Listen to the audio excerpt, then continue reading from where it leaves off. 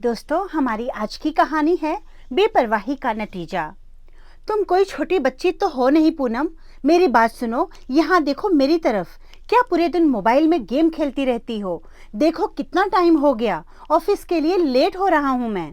आती हूँ, 1 मिनट। ये लेवल मेरा पूरा होने ही वाला है। पूनम ने लापरवाही से जवाब दिया। कमला बाई, मेरा टिफिन बना दिया है ना आपने? बस वो जल्दी से दे दीजिए, मैं निकलता हूँ। पूनम, पूरा दिन खेलते रहना मोबाइल, अभी देर हो रही है यार।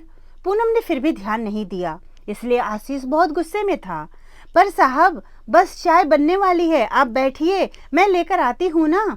नहीं कमला बाई, बस टिफिन दे दो, जल्दी से निकलूंगा, नहीं तो आज की मीटिंग छूट जाएगी। अरे मेरे मोजे कितने गंदे हो गए हैं, और ये पूनम भी ना सुबह सुबह मोबाइल लेकर बैठ जाती है। कमला बाई, अनुराग को उठाकर जल्दी से तैयार कर देना, वरना पूनम के भरोसे तो मेरा ऑफिस और उसका स्कूल सब बंद होने वाला है। आशीष ने अपने जूते पहनते हुए पूनम की ओर देखा। उसका ध्यान अभी भी गेम को पूरा करने में था। आशीष बिना कुछ बोले खाए गुस्से में घर से निकल गया। धड़ाम से दरवाजा बंद हुआ, जो आशीष के गुस्से की सीमा को बता रहा था। दरवाजे की आवाज ने पूनम का ध्यान फोन से हटाया। आशीष गए क्या? कमला बाई, चाय लेकर आना। मेम साहब आज भी बिना खाए पिए निकल गए। ऐसे घर से भूखे पेट जाना अच्छी बात नहीं होती। तो मैं क्या करूं? जब नाश्ता बना हुआ है तो कर लेते हैं, इसमें क्या इतना गुस्सा करने की बात थी? आपको तो पता ही है, साहब चाहते हैं कि आप अपने हाथों से उनके लिए खाना परोस दिया करें। ज़्यादा समय तो लगता नहीं। मेम साहब, थोड़ी देर ऑफिस जाने के समय साहब के पास खड़ी हो जाया करिए। अरे, तू ज़्यादा बोलने लगी है। कमला, जा दूसरी चाय बना कर ला, पूरी ठंडी हो गई है चाय। पोहे भी बना दे साथ में। और सुन, देख अनुराग उठ गया क्या? पूनम एक मनमौजी लड़की थी, बस उसे खुद के आराम से मतलब था, ना बेटे की फिक्र ना पति की। आशीष की अच्छी नौकरी थी, इसलिए अच्छा कमाता था, इसलिए घर में सुख सुविधाएं उपलब्ध थीं। पूरे दिन घर के सभी काम कमलाबाई करती रहती। आशीष के माँ बाप भी उसी शहर में रहते हैं, लेकिन पूनम के मनमौजी स्वभाव और आलस्य की वजह से अलग रहना ही उचित समझा। फिर कमलाबाई बोली, हाँ अनुराग बाबा तो कब के उठ गए और स्कूल के लिए तैयार भी कर दिया था, तो आया क्यों नहीं मेरे पास? पूनम ने पूछा। आया था ना वो आपके पास।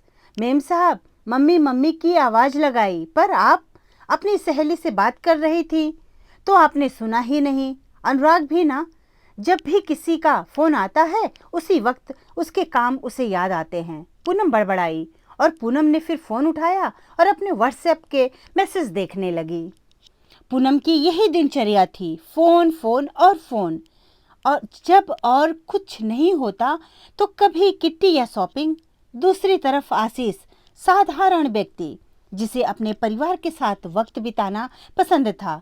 बस उसे इतनी सी ही इच्छा थी कि जब वो घर पर हो तो पूनम उसके साथ वक्त बिताए, अपने हाथों से खाना खिलाए।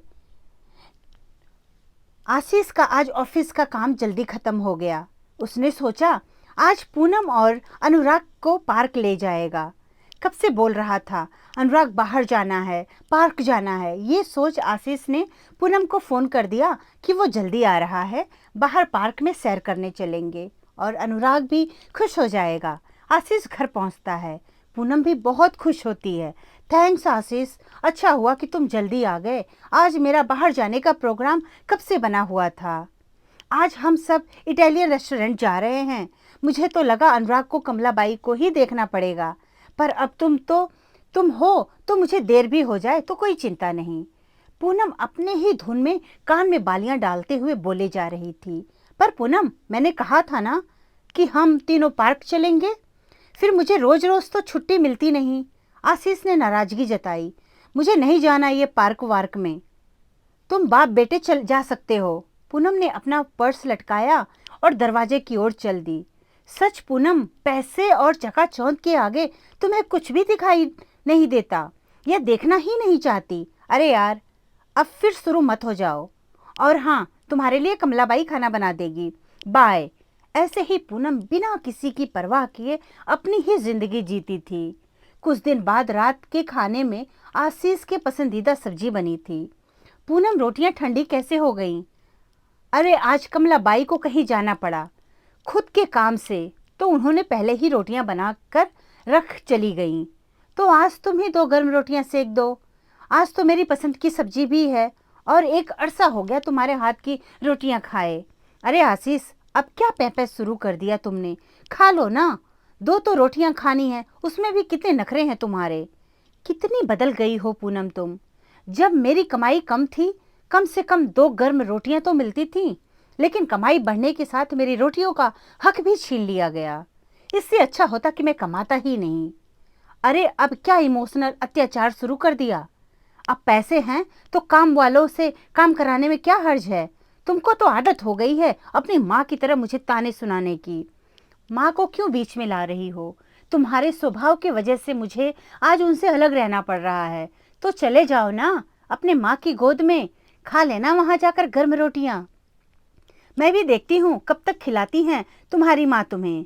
बेपरवाही से कहते हुए पूनम फिर अपने मोबाइल में घुस गई। माँ ने तो मुझे 25 वर्षों तक खाना खिलाया है, वो क्या थकेंगी। फिर आशीष अपने कमरे में गया और अपने 2-3 जोड़ी कपड़े डाले और अपनी माँ के घर चला गया।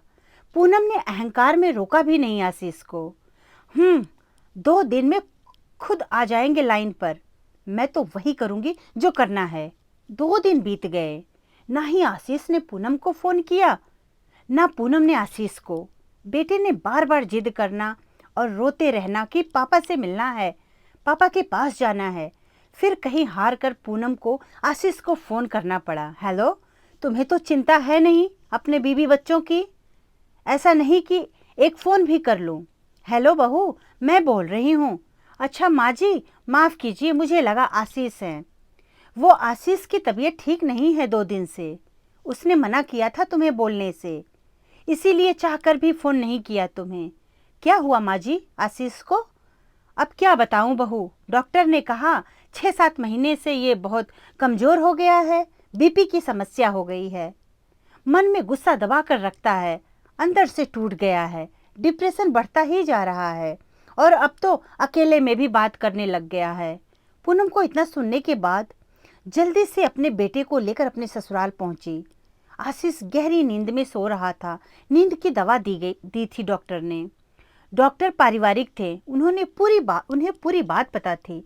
उन्होंने पूनम को बताया, आप दोनों साथ में समय बिताया कीजिए। आशीष बहुत भावुक लड़का है, उसके मन में ढेरों बातें हैं। एक आदमी जब घर से बाहर काम पर जाता है तो ना जाने कितनी परेशानियों का सामना कर अपने परिवार के लिए पैसे कमाता है, और जब घर लौटता है तो वो चाहता है कि घर में कोई हो जो उसका इंतज़ार कर रहा हो। पर जब आशीष घर आता है तो नौकर ही उसे खाना पानी पूछते हैं। घर से निकलता है तो तुम्हें मोबाइल में घुसा देखता है, तो उसके मन में ये विचार आना स्वाभाविक है कि वो जो इतनी मेहनत कर रहा है किसके लिए। बेटा बेटी, ये भी एक तरह की बीमारी ही है जब आदमी अंदर से हताश हो जाए। पूनम ये सब सुन के रोने लगी। उसे समझ आ गया कि पैसे के सुख साधन रखे जा सकते हैं पर खुशियां नहीं। उसने खुद को बदलने की ठान ली, वापस पाना चाहती थी आशीष को वो। फिर शाम को, आशीष उठो, देखो तुम्हारे लिए अपने हाथों से खाना बनाकर लाई हूँ, उठो ना। आशीष ने आंखें खोली, अपने माँ बीबी बच्चों को अपने सामने पाकर मुस्कुरा दिया। धन्यवाद दोस्तों, कहानी अच्छी लगी तो लाइक और सब्सक्राइब जरूर करें।